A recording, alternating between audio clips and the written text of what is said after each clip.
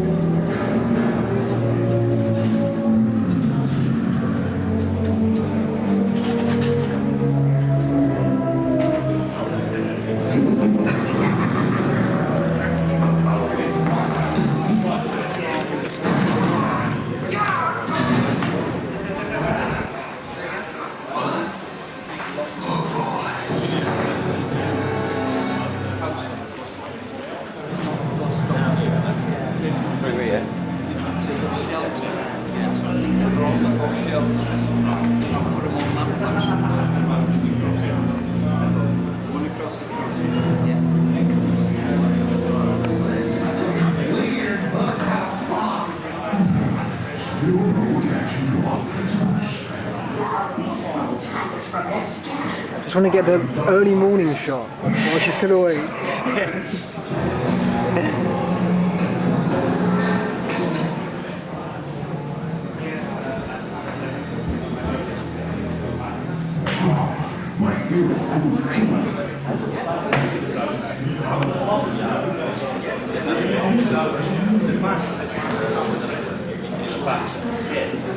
People been taken to a free park all day, have a sip of beer. It's just you're in Europe, in France, drinking wine too. Easily. Bottleford wine. Exactly. You know, and there's a bit of French dirty in the front.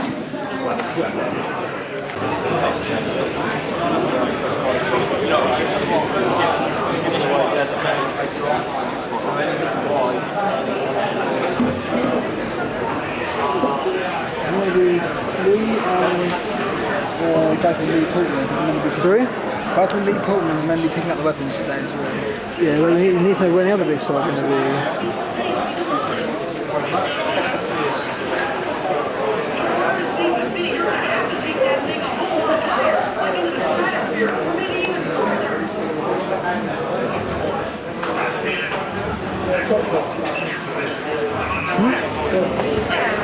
Alright, so we've got...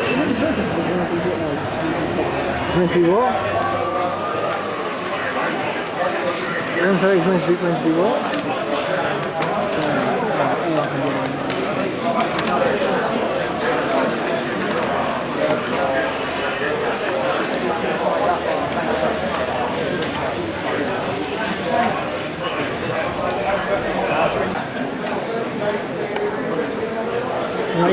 You look much more awake. I'll come back later on when your eyes are kind of... Everybody. Yes, news boy band is going to be ready to play. Okay. Hello everybody. Hi! Better. Thank you. Well, before presenting to identify, what I'm going to do is hand over. Alright, I think this is the point in the show when everybody's supposed to pay attention or something like that. It's been a while since I've done the voice, so hopefully I'm still kind of close. Do you have a list of the names? Because I only know two of these guys. Am I supposed to introduce them or what's going on? I don't see them. I can read it up, Mark.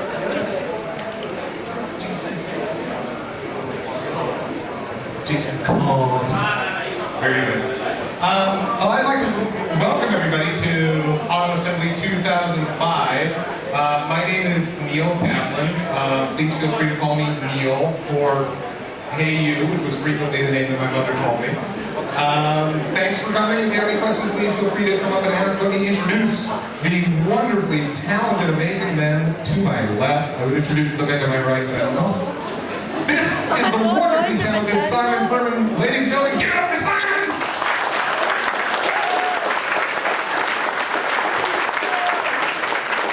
Alright, and next we have the world famous Andrew Wildman!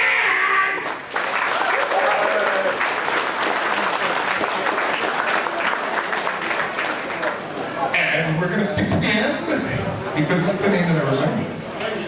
But the recently arrived Jason Cardy. Come on, guys! You know, I knew, because when I deal with this group, if I say the name Simon, I'm usually okay.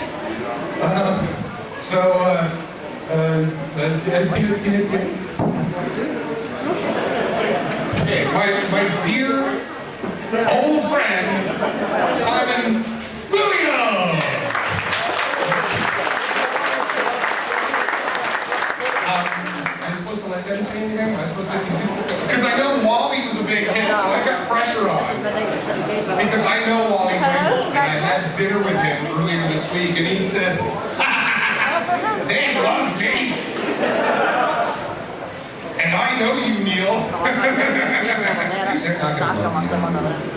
So, you know, I'll try to keep my game face on for you and pass along. So, Simon, I guess you say hello to everybody.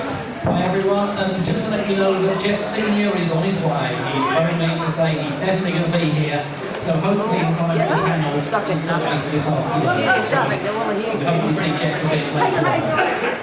Hello everybody, again, a nice big room rather than lots of little rooms where nobody bumps into each other. There's a little fantastic, good to see all your faces, I'm sure we'll see a few of you over the day. And here's Simon, somebody. Hi, thank you, Wendy. I didn't realise I was talking on the microphone today, so I'll be short and sweet. Hi everyone, and I'll pass you to I know you guys are giving me a good, but bloody hell is this going on here? Well, I coloured beans, and the rest is some stuff that I've done.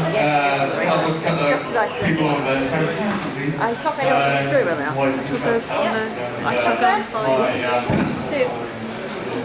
And yeah, so these guys are really just lovely.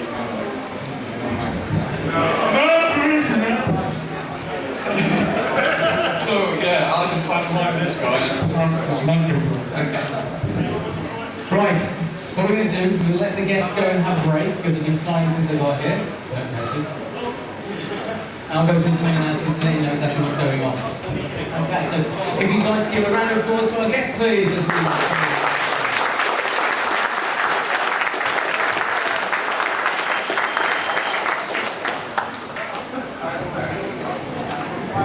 Okay.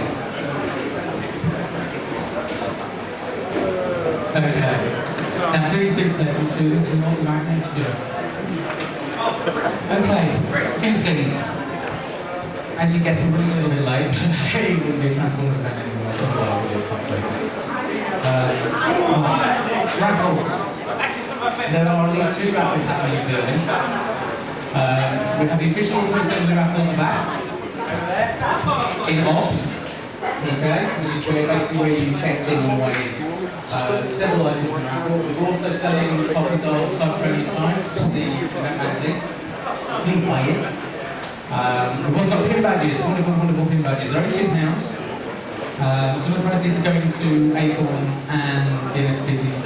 Just so you know, if you want to know more about Acorns, on the other side of the Transmasters UK team there, on the other side of the wall, there's a nice little Acorns who will tell you everything you need to know. Basically, Acorns is a children's hospice that's in the Birmingham area. It's actually 3 hospices, Mount Dover, Southern. They're actually also running in Raffle today, so please don't buy Raffle tickets from there. As I said, the other side of Transmasters UK, Dover's there. Hello Transmasters UK guys! Right, go and give them money too. Because they've got some lovely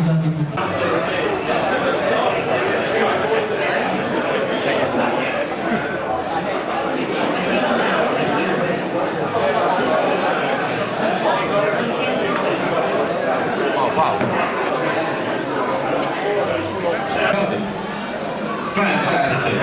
What a collection of incredibly handsome young men. So we're all here because we like do stuff that you like so much. So there's no point getting into much of an introduction unless Simon wants to say something. So we'll just go straight off with a question and answer session because I'm sure you've got a few questions you want to ask us. So no stampede please, but first question, go! Right. Anybody got any questions about anything at all? Because we know everything there is to know about everything. Hand up over there. You're going to have to stand up and shout.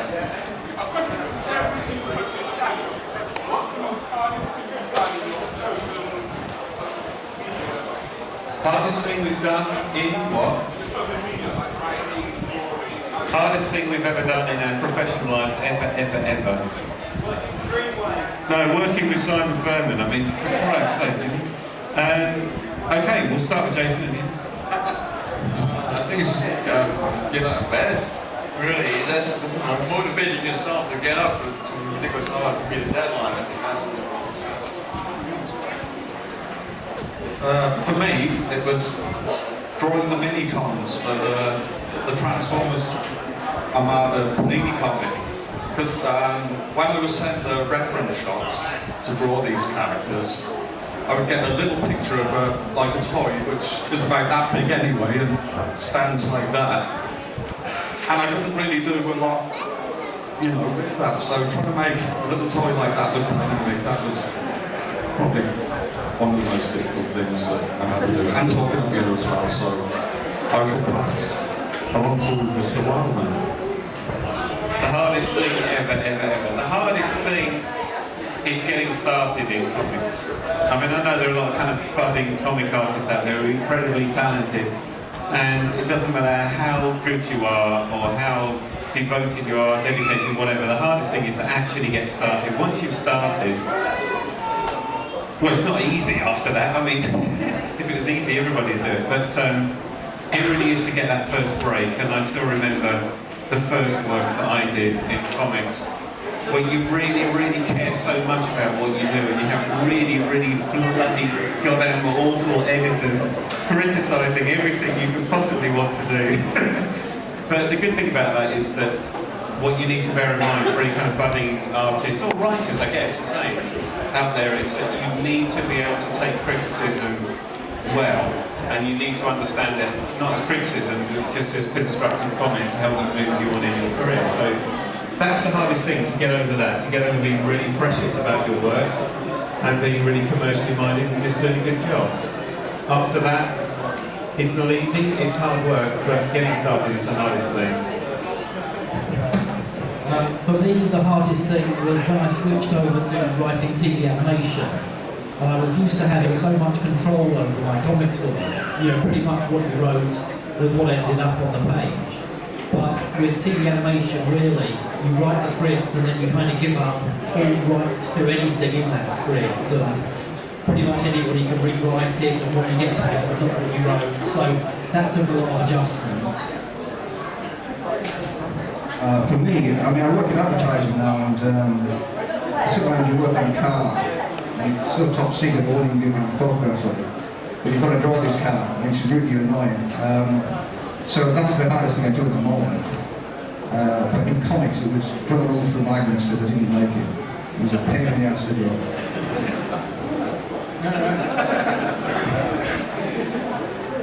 Another question?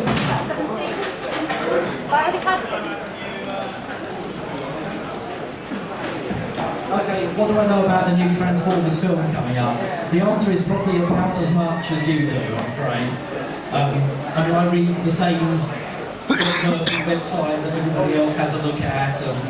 I mean, when I met with Don Murphy and Tom DeSanto, very little was set in stone. I'm not sure anything more is set in stone now, apart from Michael Bay is confirmed as director, and they're still aiming at Thanksgiving 2006. But other than that, you know, I don't think they even have a final script yet. So, you know, they keep promising that by July at the San Diego Comic Con, they'll have actually some trailer sort of footage, sort of example footage, but I'd be so surprised if that happens. So other than that, I really don't know. Other than Simon that we know about, has anyone else here had any discussions with the new Transformer comic license holders? Has anybody else, other than you, had any discussions with the new Transformer comic license holders? Yeah, I mean, honestly, Simon's like straight in there with discussions about the comic license.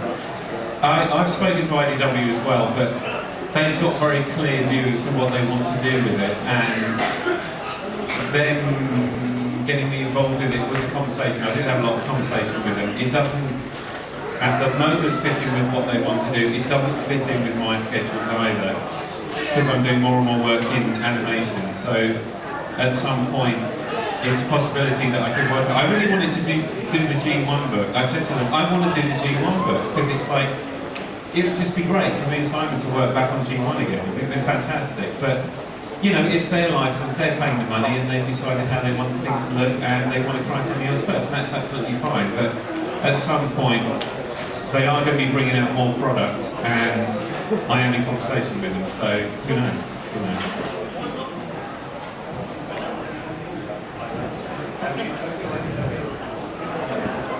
Jason's going to speak to IDW. Be afraid. Anybody else? Questions? You've all got questions, you're just too scared to put your hand up. Okay, can we just try an exercise here? Can everybody put their right hand up, please?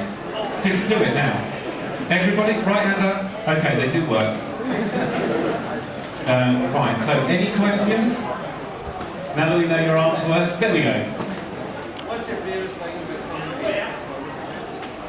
About coming to Transformers conventions, seeing how enthusiastic people are to ask questions. It feeds me, it really, really does. This convention actually is really, really good compared to last year, which was good, but this is great that it's in like a completely open forum, rather than people wandering around up and downstairs thinking, so where's the convention then? But this is really good, and it's really nice to be able to meet so many people when the professional work you do is very, very solitary. You know, you sit at home drawing comics, writing comics, colouring comics, doing advertising. No, it doesn't count. So yeah, it's really good to kind of get here and meet people and finding out what they're interested in, what stuff they used to like, what stuff they want to see in the future. So for me, that's a really, really good thing about it. Yeah, what he said. It is great to be here. It is great to sort of see the people and get proper feedback instead of just a letter or a web comment or whatever. It's great to actually meet the people and shake hands. So yeah, no, it's just great to meet the people. Yeah, it's nice to have a warm reception. You people to their lives and your kids, etc. It's a good feeling. And as you know, I work in advertising now, and it's a much more hard-nosed business, and you don't really get into that so often.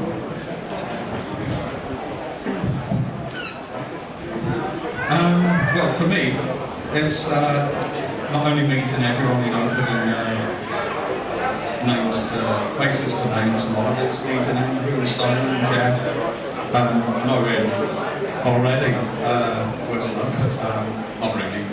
Good for them. But that's it for me. Meeting these guys, it's a big highlight. And meeting everyone else as well.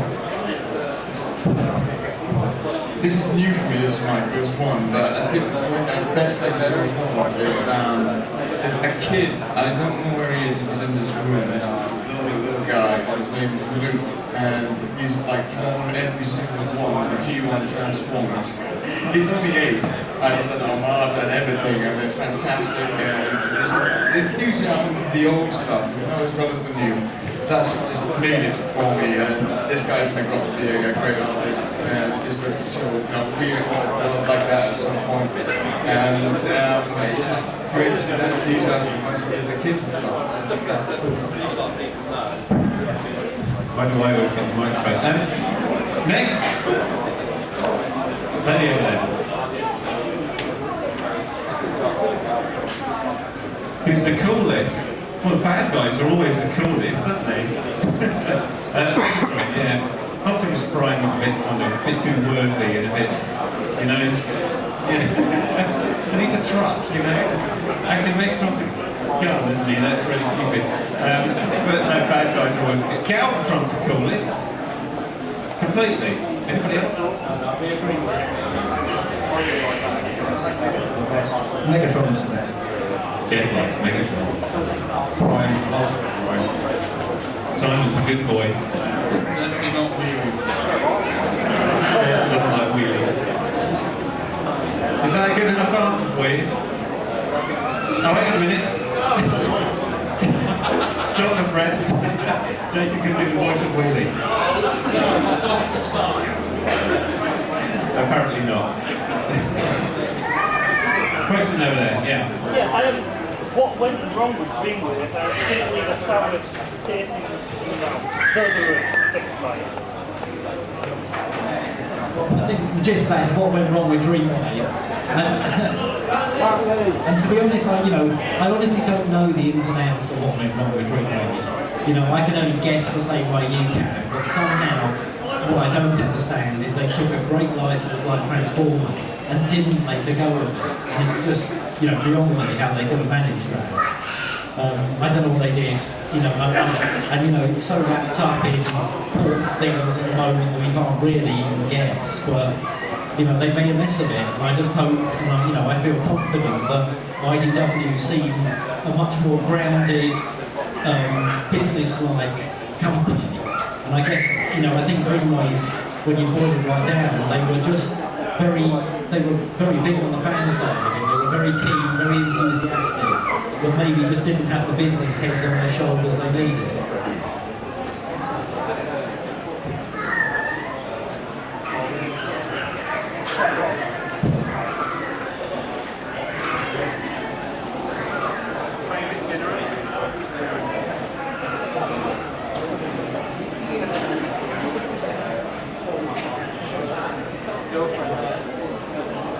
Well, for me, out of G1, it's probably Grimlock. I know I'm sort of notable producing it whenever I can, but I just like Grimlock. I like characters generally that tread a line between good and evil, so they're not necessarily one thing or the other. They have a capacity for both, and they have to struggle to be good. So Prime, it just looks like, gets up every morning and, it's like, oh great, I'm good. So no worries. Grimlock, you figure he has some questioning to do about himself, and I like that in a character. Other generations were Beast Wars. I really like Rat Trap. I thought Rat Trap was a great character. Armada.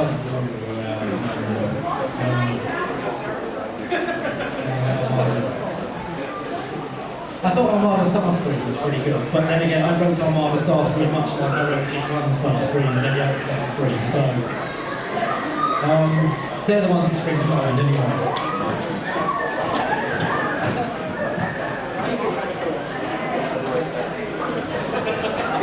It's still Megatron. Yeah, it's good Megatron. Okay, I'm for a nice thing to take over as well.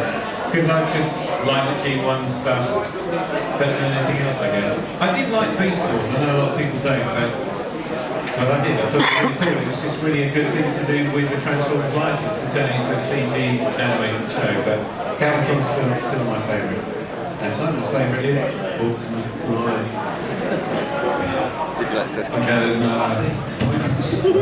Whatever the word is. Yeah, Optimus Prime, pretty annoying. Like a reminder of Beast Wars. Kill me. And I like Megatron. Actual Beast Wars.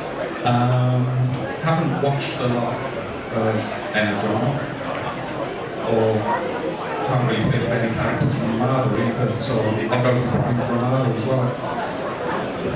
I think my favourite character was, I probably alone on this one, Springer. I know he's a good guy, and he knew the records and what he had these guys, oh, Wilson's red.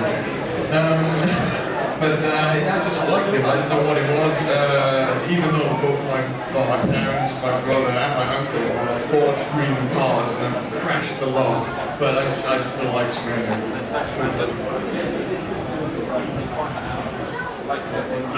All right, next.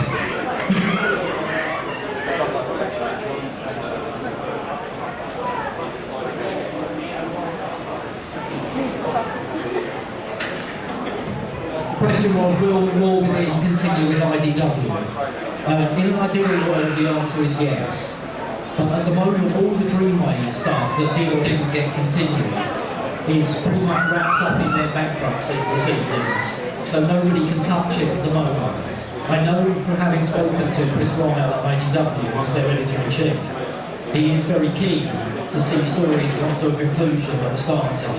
So, cautiously, optimistically, yes. Hopefully we will finish off Age of Draft at some point. I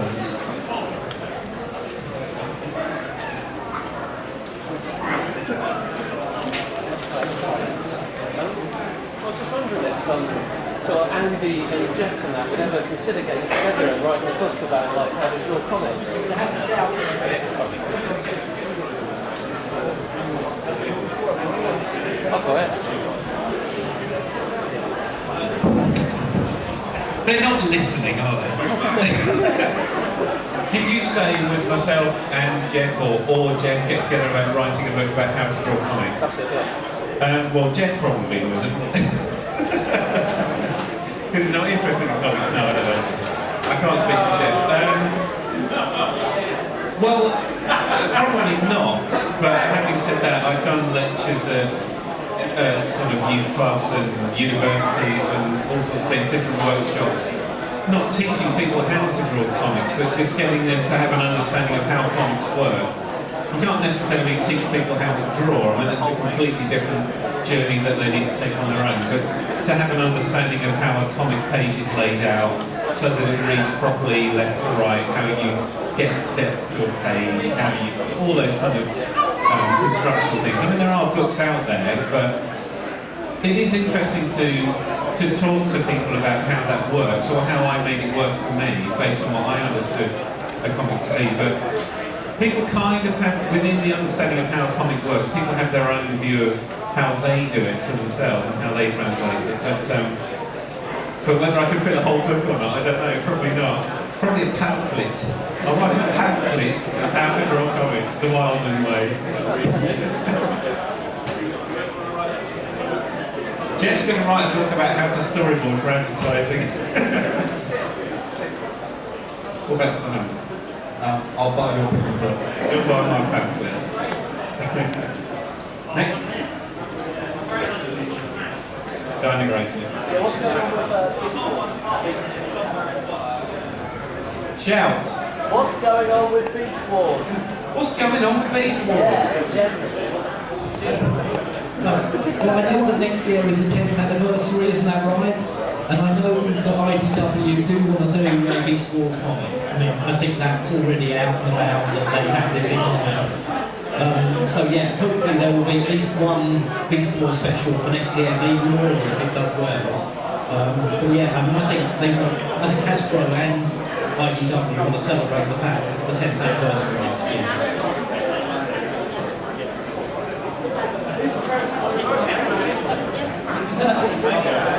Me?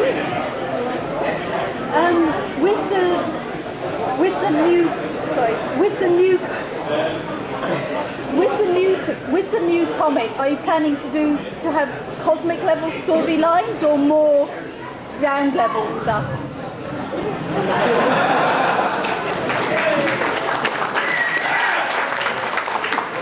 Sorry?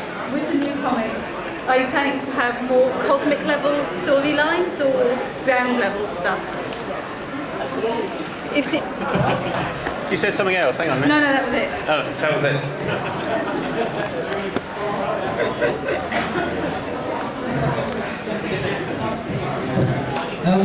Well, hopefully we're trying to strike a balance with the new D-Line comic.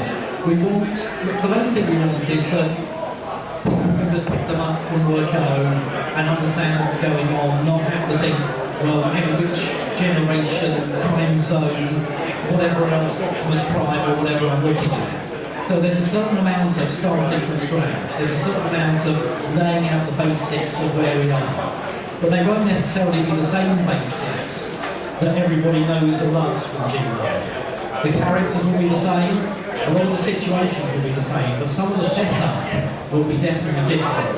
Definitely adapted for the fact that we're now in 2005, not in 2006. So it's going to be much more contemporary. It's going to be with a sensibility of modern comics as well. You know, they're going to be written in a way that I think wouldn't be out of place in a Marvel Ultimate comic. You know, there's going to be a lot more just ground level human action going on, as well as the robot story as well. So we're trying to combine, you know, sort of what we think are modern comics with the kind of classic G1 mythos as well.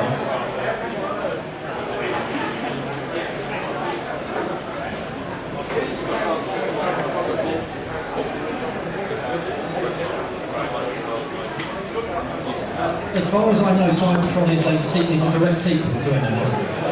I mean, I don't know if that holds true of the animation show, but certainly when we were first talking, when I was still working with Furman about Cybertron, it was always a kind of, that's just the next stage of inaugural. So, as far as I know, unless they change it, we're not talking about it.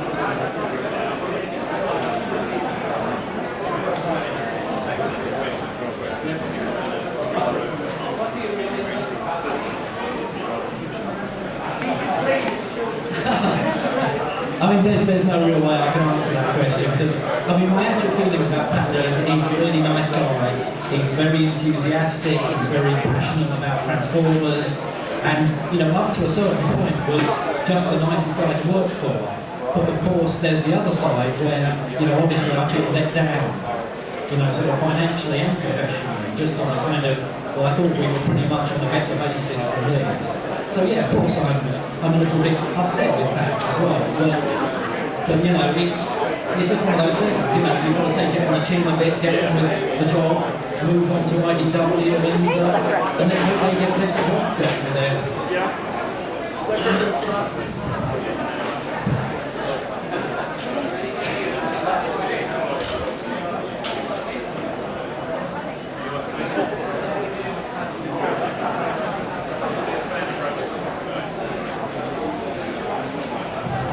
I enjoyed it. Oh yeah, the Robots in Disguise series. Oh, I enjoyed it. Oh, I liked it. I liked it a lot. No, I enjoyed it, especially when they put the Decepticons into it, like the Scourge character and all that. I found the first episode a bit too Pokemon kind of, you know, like hologram girls and stuff like that. But yeah, I enjoyed it. They can't stick for everyone else, but yeah. I'm familiar with the series with Robots in Disguise, but what I did see, kind of like the, it's very Japanese, isn't it, the kind of target audience, and I don't think it really appeals to the Western stuff, but some of the dubbing was fantastic as well. I think Megatron, Wally's in there. I think Megatron once scolded some of the Decepticons for letting them down. And they said, no, we did this. And he said, yeah, right, my exhaust port. Yeah, that's humor in idea. Then it's asked, what is that? It's not a bag. Is it a bag? A bag. Check this out. Look at that.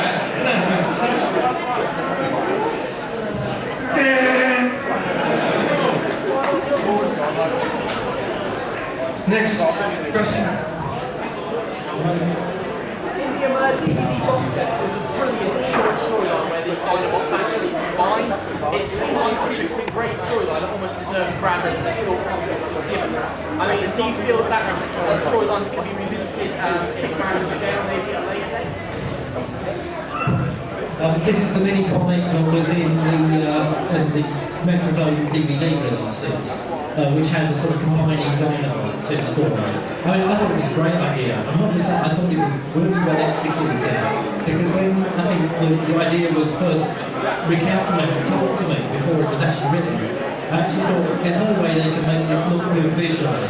But they actually did, and I thought they combined Dynamite with great. So, yeah, I mean, there's no reason why it couldn't be done, except that Hasbro might object to it literally because the toys don't combine, and they might feel that's some kind of clash. Who knows?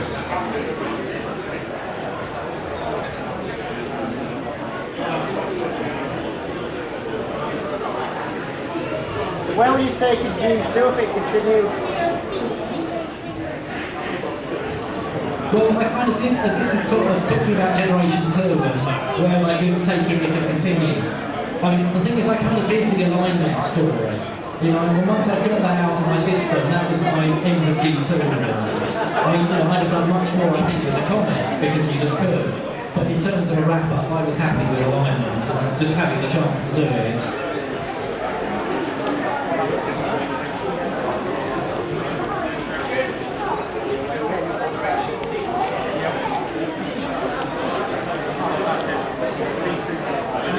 Actually, I've not seen a whole lot of these machines, and I have a feeling nobody else has along here. But I didn't really, what I saw, I wasn't wowed from it, let's put it that way. And I think the problem was I got to be such a big fan of Beast Wars. When it came to Beast machines, I thought they lost a lot of the fun and the general sort of, as well as the action, they just had a great sense of humour in Beast Wars, which I think they lost a bit in Beast machines. But hey, that's fine, really. I actually saw Beast Machines before I ever saw any of the Big Stores episodes. And I quite liked them, especially the characters. Savage? No, not Savage, yeah. I like those stories, but it went a bit wacky at the end with the organic Cybertron. And then, since watching Beast Wars, I found it difficult to watch Beast Machines like that, so there you go. No step. Next. If the rumours are true, what do you think about George Clooney doing Optimus Prime's voice in the movie? Well, I actually met him in time yesterday. Well, I think yes, he said people. And I said to Jace, I said, Michael Bay, I said, get George Clooney to play Optimus Prime, so what's going on there? And apparently it's all in sexist rumour, so they still people covered in crap apparently, so I couldn't see Clooney as probably new. I think he'd be great. It'd be great. Why would you want it to be real? Do you not think George Clooney is playing himself? I think it'd be great.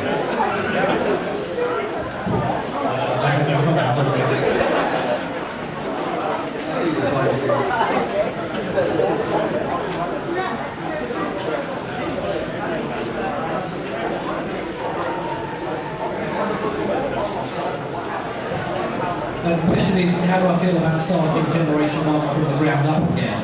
I actually love the idea of it. I mean, first of all, when I was originally talking to IDW, the thought was far more of finding a way to clarify and simplify the ongoing storyline, the ongoing G1, the ongoing, sort of kind of Transformers multiverse. But once we got to the idea of doing more or less an ultimate Transformers, which wound everything back and restarted it, I suddenly started to see there were great possibilities here of telling a very contemporary version of G1 that had lots of, interesting routes we could take it that didn't go originally. I mean, I've seen a lot of stuff on the internet about people saying, you can't change this, you can't change that. So my feeling is, why even bother restarting it if you can't change something? Why tell exactly the same story? Crash lands to Earth, we made 70 million years, let's start up. Why not be able to twist the beginning of it and bring the same characters into a new mix? To me, that's what I find exciting about this whole project. And I hope when people see the finished product, that's what they're going to get all excited about again.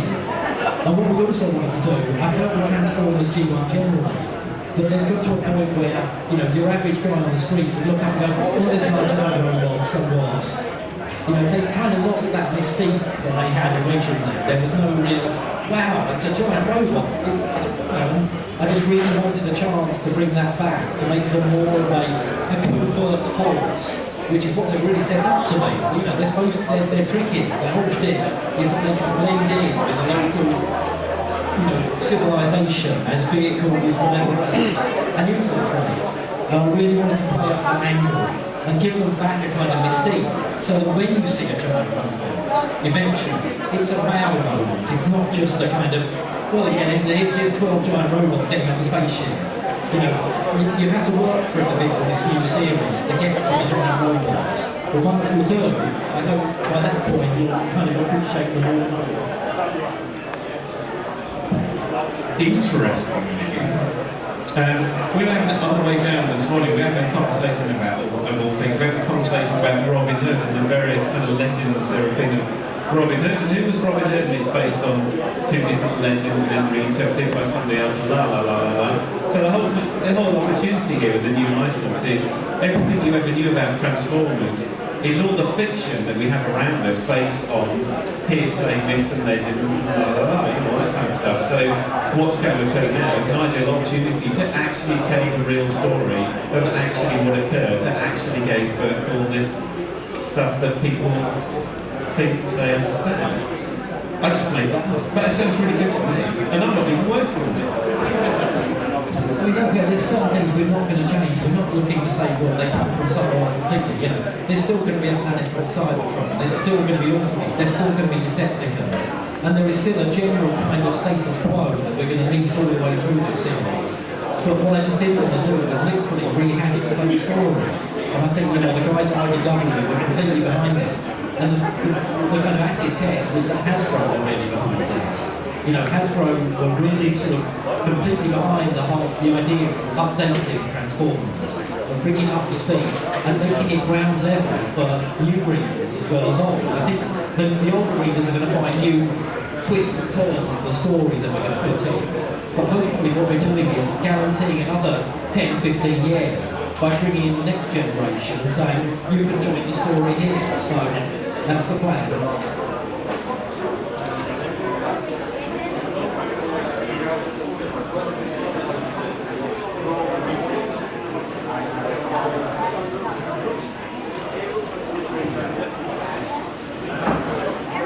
The question is about the toy line, and maybe somebody else can answer it better than us, because I don't really hear those. Is why they never produced the toy at RC. I honestly actually didn't know they produced the toy at RC, but I don't know. I mean, it might have been a licensing issue. I mean, she was a movie character, wasn't she? She was created for the movie.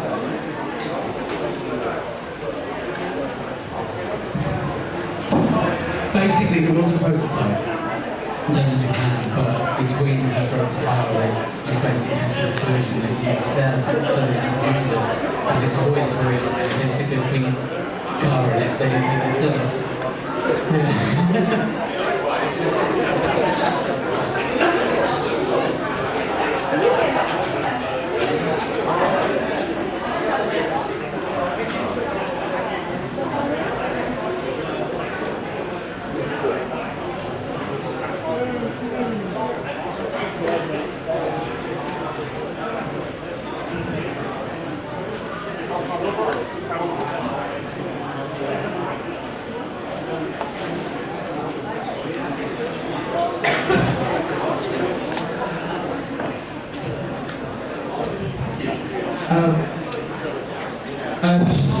Are we ever going to see early Marlon case stuff in Tank, in particular Madam Iron or Enemy Within?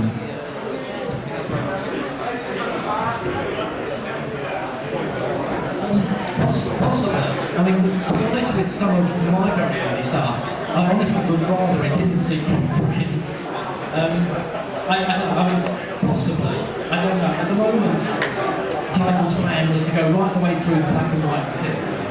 So there'll be 5 of those sort of mega-sized collections that you see in Aspects of Evil and The Way of the Warrior. We'll go right the way through the black and white stuff in those 5 volumes. Then hopefully, my hope is that down the line, if those have done well enough, we can then repackage those as larger size volumes in colour for the first time.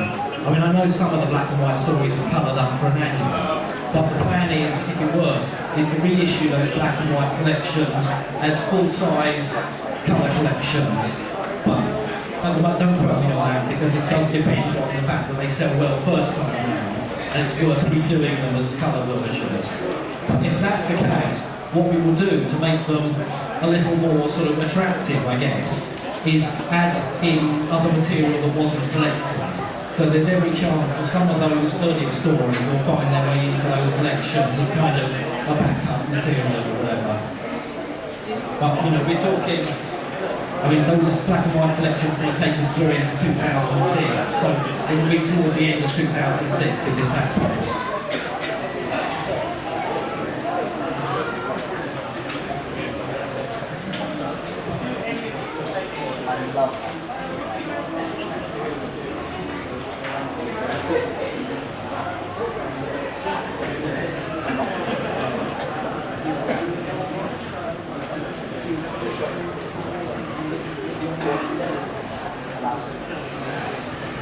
No, I usually go by the Simon.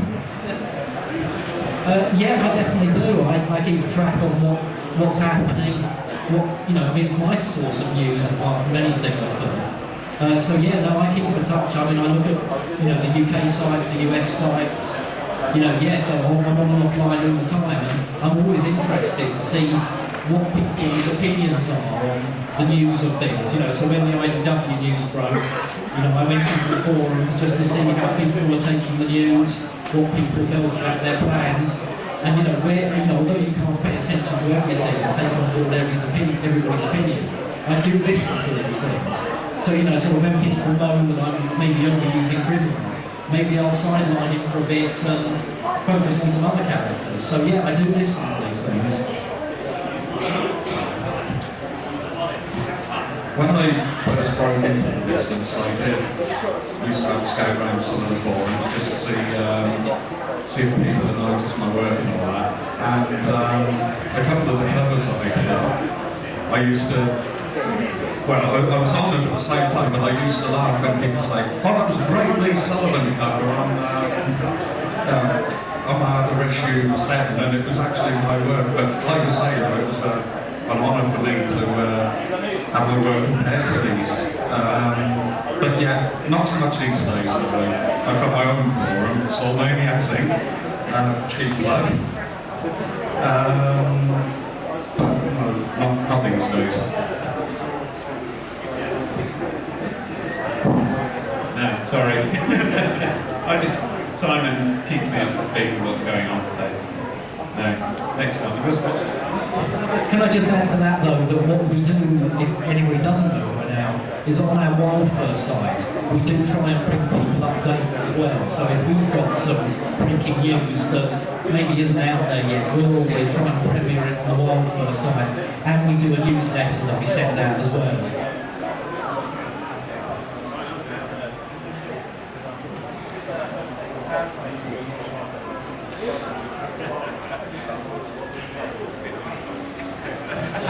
I think with Soundwave, what he definitely can't be now is a tape deck, so that it would look so terribly dated. To be honest, I can tell you one thing for free, Soundwave isn't in our first run of issues for IDW. And, honestly, I think it would take some thought about what he would be. I mean, I don't know, but what's timing? They would be a bit like the Megatron Gallery thing, sort of moves on this big giant robot ends up at whatever it is. So I don't know. I mean, it would take some deep thought, and I don't really have a good answer for you on that. Any other opinions on Soundwave?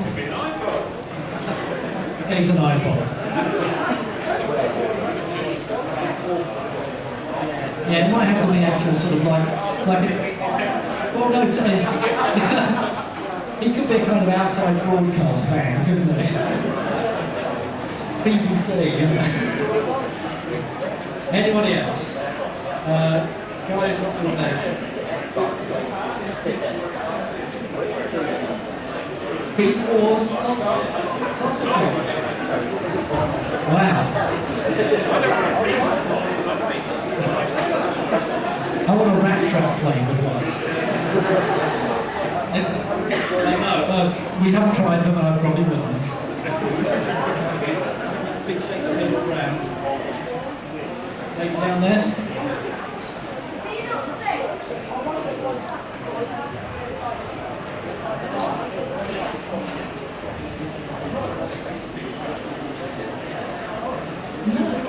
Well, I really don't, because you know, I really don't think teaming Transformers with humans is wrong. If you're going to set the Transformers on Earth, and let's face it, it always has been, traditionally and right through the next generation, you know, yes, there's got to be human interaction somewhere down the line. And also what it does is, I think, is it grounds it.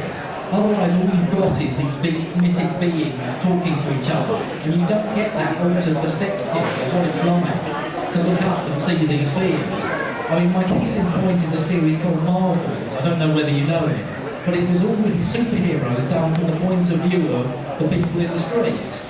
You know, reporters, it was, you know, and what it did was, you know, for the first time, everybody kind of looked up at these people. And it was just a great little series, because you've never seen them almost from this perspective. And that's why I think humans are important, because otherwise, it is just a kind of walking, talking toy line.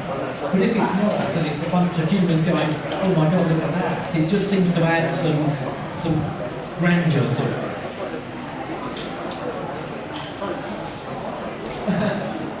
Just so you know, Andrew's busting to go to the loo. I didn't realise that was coming to me. Go in the white shirt.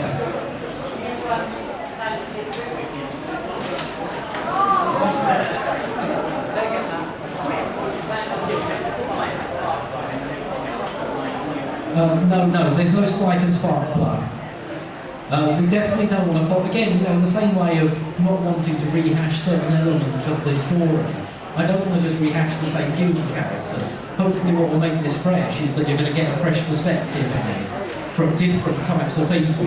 And we didn't want to go, you know, sort of, well, you know, here's a mechanic and his son, how convenient is that? You know, we just wanted to bring different characters into it. And also, in the way that I think the Marvel Ultimates line does so well, is they brought it down an age bracket as well. I mean, I know Buster was Spike was a young kid as well, but I really wanted to sort of bring it down to an age group that people might be able to get a handle on, and younger readers would just go, well, okay, I understand where they're coming from, who these people are. So, you know, we just wanted a different perspective of different people. So no Spike, no Spike.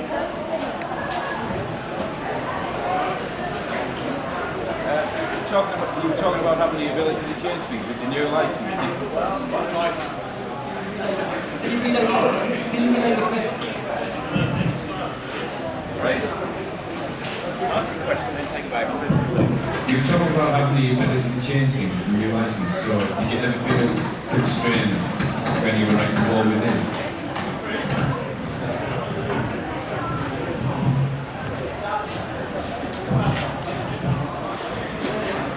To be honest, no. Dreamwave were very good at just letting me run with things. I mean, I did run into a few things, especially once James McDonough was doing his G1, where he felt that I couldn't show certain things in War Within Volume 2 because they conflicted with what he wanted to reveal later on in his G1, which is fair enough. But with War Within, actually, I was given a huge latitude just to tell stories that really there was no benchmarks to reach. Nobody knew what had happened in that time to a great extent. So no, I was given a lot of freedom with War Within just to tell stories. What other comics do you like to read? What other comics do you like to read? Comics?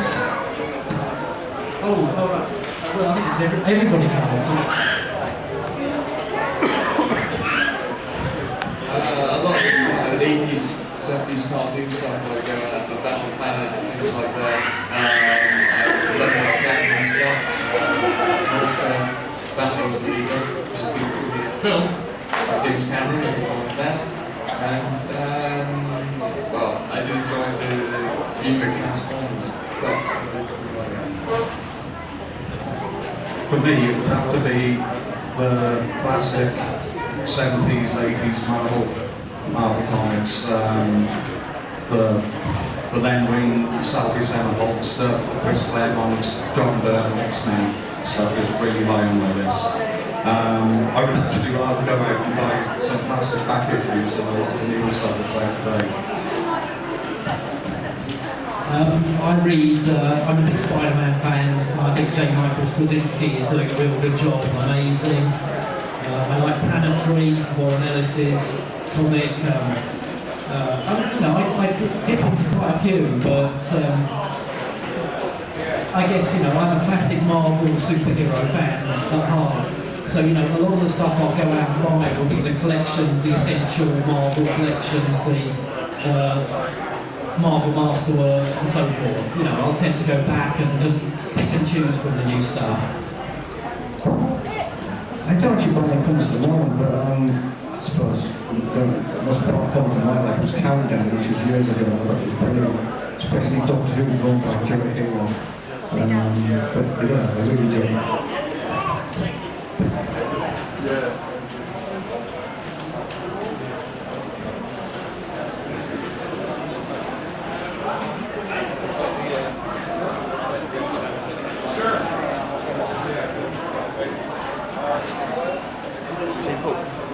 Oh, you walked down that way.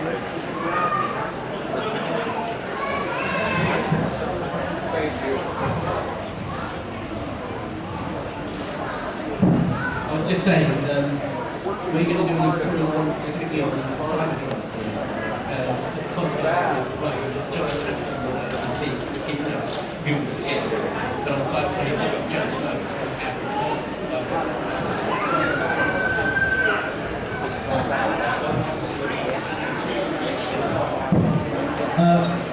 this is the question about the G1, the new G1 comic, I assume, yeah.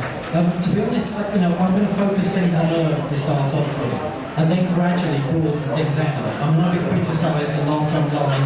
We're always going for the big epic, sort of planet-devouring, Primus-eating, whatever else storyline.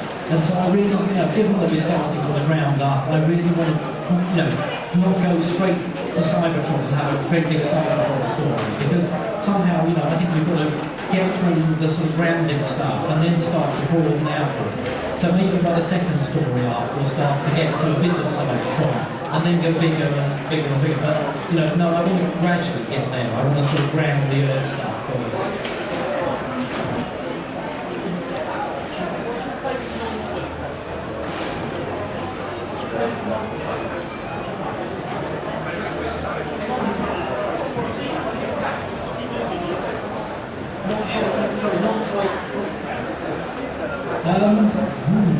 Death's Head, good. Death's Head, he's my character, really. And, I would say that he might still have some left. Geoff's got some very limited Death's Head prints here today that you may never have seen before. Very, very limited. Transformers to win. Whatever. RC, back to RC again, aren't we? I don't know enough about this. Yeah, lovely episode. And I'm actually plugged in at the moment to try and get the Spider-Man Death's team up, the original Death's a team up in Spidey from Panini. I'm slowly twisting around, so it may happen. So we'll see. How about a Gen 1 Unicron to scale? Yeah, that's it. Next.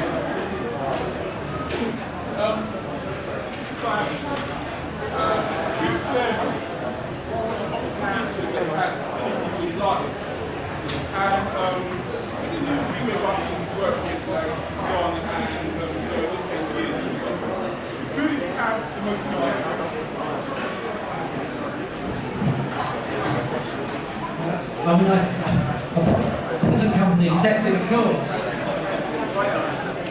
I would say it was Dom. just because we worked on the first issue of the first series of Wildman together, and that actually was a kind of close, you know, a lot of back and twos just to talk about how the characters were going to look, how we would set the characters back to how they looked on Cybertron. So, you know, there was an awful lot of, you know, conversation and back and two with on that. So I guess that just started us off on a good foot, because instead of just him getting a script from me, there was an awful lot of discussion beforehand. So yeah, I guess, you know, sort of Don and I had the most interaction on pre-race stuff. But, you know, the great thing with Andrew is he lives over the road, so it was really easy to work on board with him too.